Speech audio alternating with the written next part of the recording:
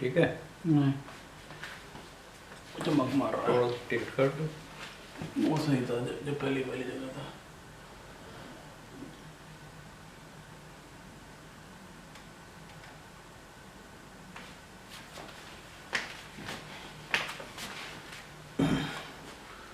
चलिए हाँ अब सही है।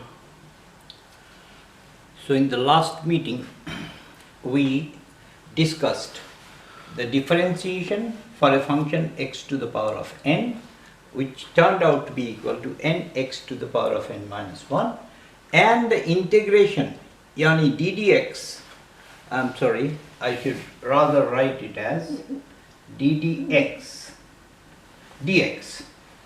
So integral dx, x to the power of n, we found that this is x to the power of n plus 1 divided by n plus 1 plus a constant of the system, the constant of integration, under the condition that n is not equal to minus 1, otherwise this n plus 1 will turn out to be equal to 0 and therefore we will not be able to obtain a finite result. So the situation, the things that we have is a is equal to constant, is not a function of time t, and x naught is the initial displacement at the time t is equal to 0, u is the initial velocity at the time t is equal to 0, x is the final displacement at time t is equal to t, anytime, v is the final velocity at the same time t is equal to t. The initial conditions are that t is equal to 0, v is equal to u, x is equal to x0 and a is equal to a, which remains constant throughout the system. So let us say and try to derive the equation A first.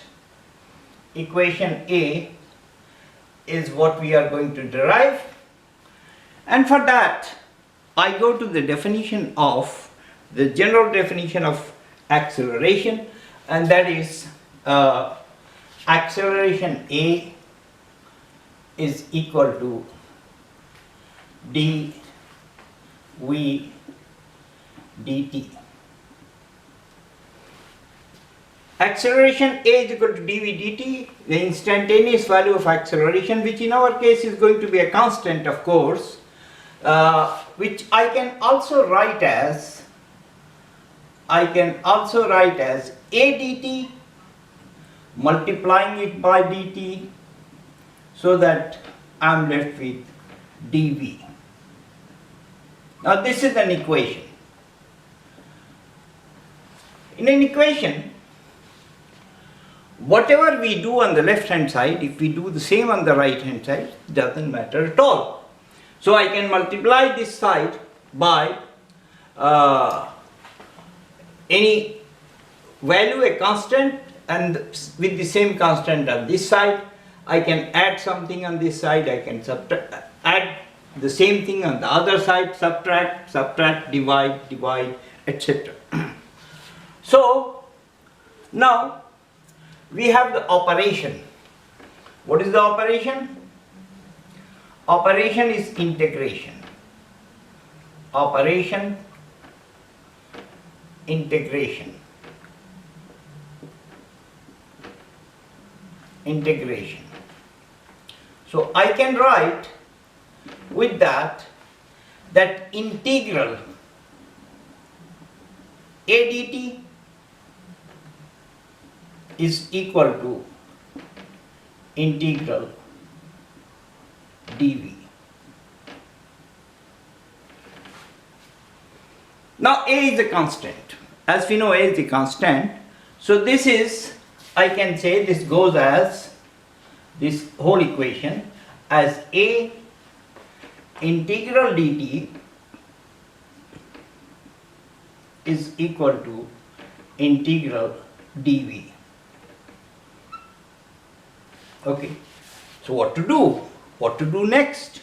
And how we are going to use this formula of integration like we had. I'm just writing the formula again over here, and that is, our formula is integral x to the power of n dx is equal to x to the power of n plus 1 divided by the same number n plus 1 plus a constant for the system.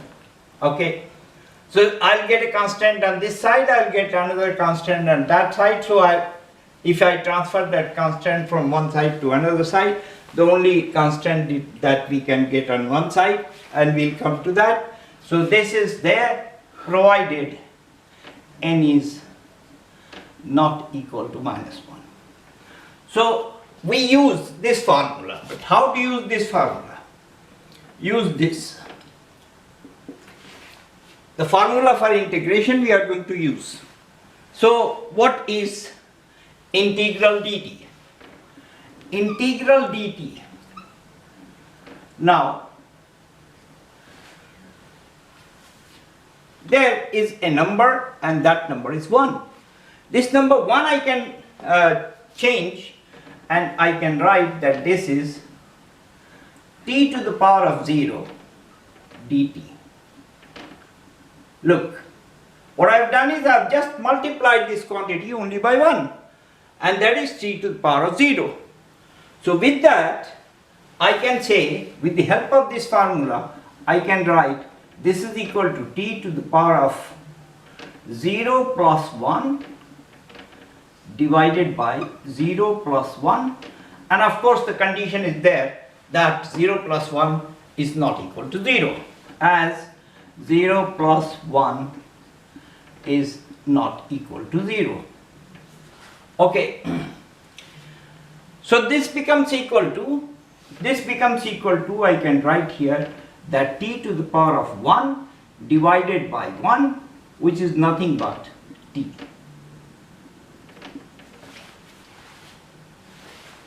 So integral dt is equal to t. And similarly, with the similar argument, I can say integral dv is equal to v. Integral dx is equal to x. Integral dy is equal to integral any d variable is equal to that variable. So when I am using this, I'll get integral dv. Similarly, I'll not write everything here. I'll write the final result here, that this is equal to v, with the same constant that 0 plus 1 is not equal to 0. Of course it is not. So integral dv is like that. So if I carry out and write both the integrations on the left hand side and right hand side, I can obtain substitute,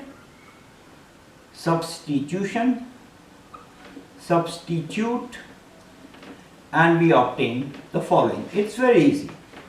So in the beginning you may have difficulty, which I have removed. So I can write this equation, write like this, dv. So dv is equal to, if I write integral dv, and I am taking the right hand side first, this is equal to integral a integral dt, and then substitute these values, and I can say that v therefore is equal to at plus a constant c1. In this equation, the constant c1 has to be determined for the system, and as you see that when t is equal to 0, v is equal to u. So the boundary condition is this we call the boundary condition, and this condition has been defined by us earlier, and we find that at t is equal to 0, when t is equal to 0, we have v is equal to u. So I can write, if I substitute here, so my v becomes equal to, therefore substituting, again I'll get V is equal to AT plus C, and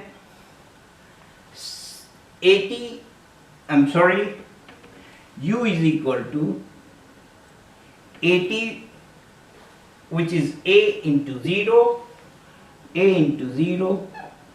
plus C1. So this gives the value of U equal to C1, or the value of C1 turns out to be equal to U. So if I substitute here, then I will get, from this equation I will get finally that V is equal to U plus AT under the set of boundary conditions that we have, and the first equation is thus derived with the help of the as a reminder, this equation I can plot on a velocity time graph, as this is the time, this is the velocity which I have taken U and which is greater than 0 over here, and thereafter there is a line equation, and if I take this velocity in meter per second and time here, then the slope is equal to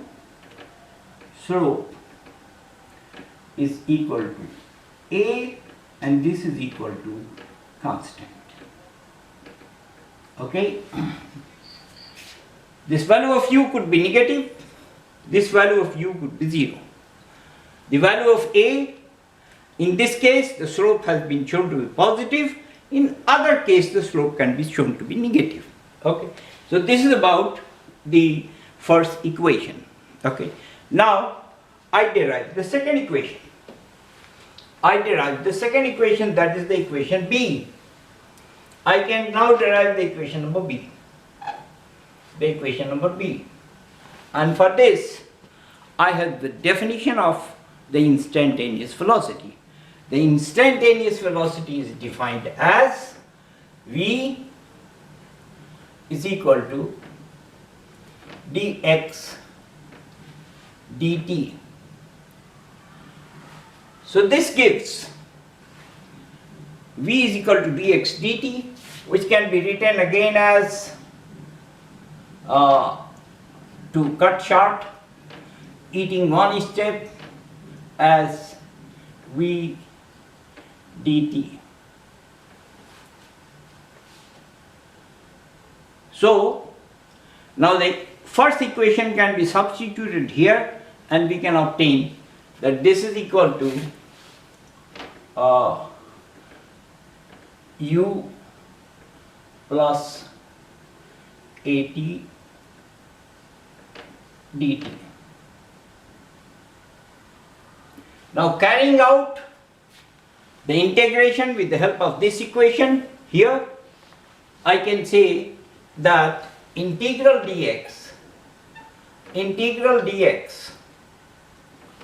is equal to integral of U plus A t dt.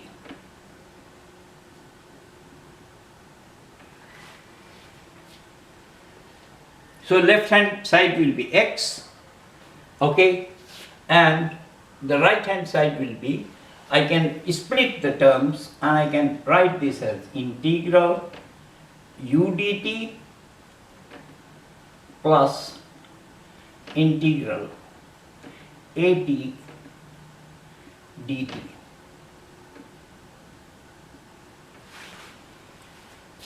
Now you see that, let me write it again as simply as U integral dt as the first term. As a kid I will write it, and A is a constant, and here integral t dt.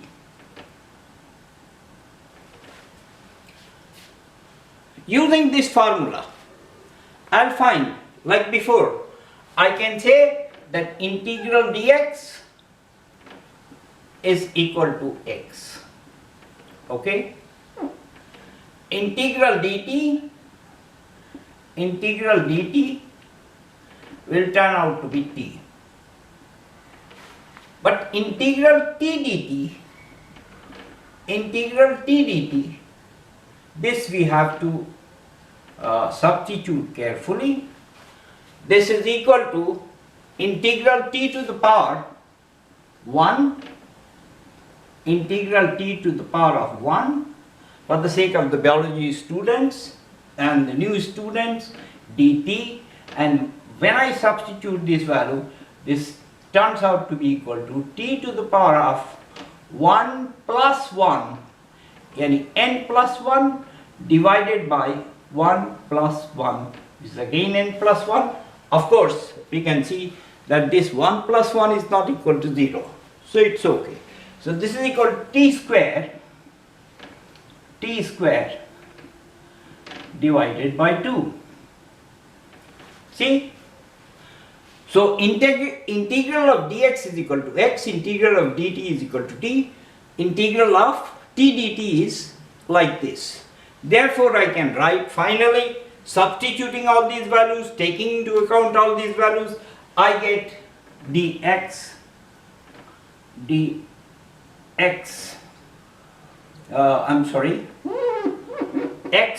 on this side will be equal to u integral dt, that's u into t, plus a, which is the constant, integral t dt, which is t square by 2, so a t square by 2, plus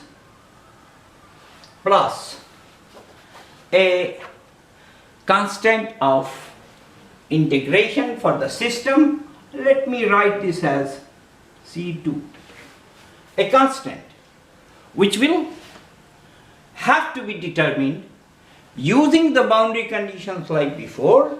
So I'll just write now at t is equal to 0, the boundary condition is at t is equal to 0, we have x is equal to x0, and therefore substituting this gives us that x0 is equal to u into 0 and a0 is square upon 2, so this is 0 plus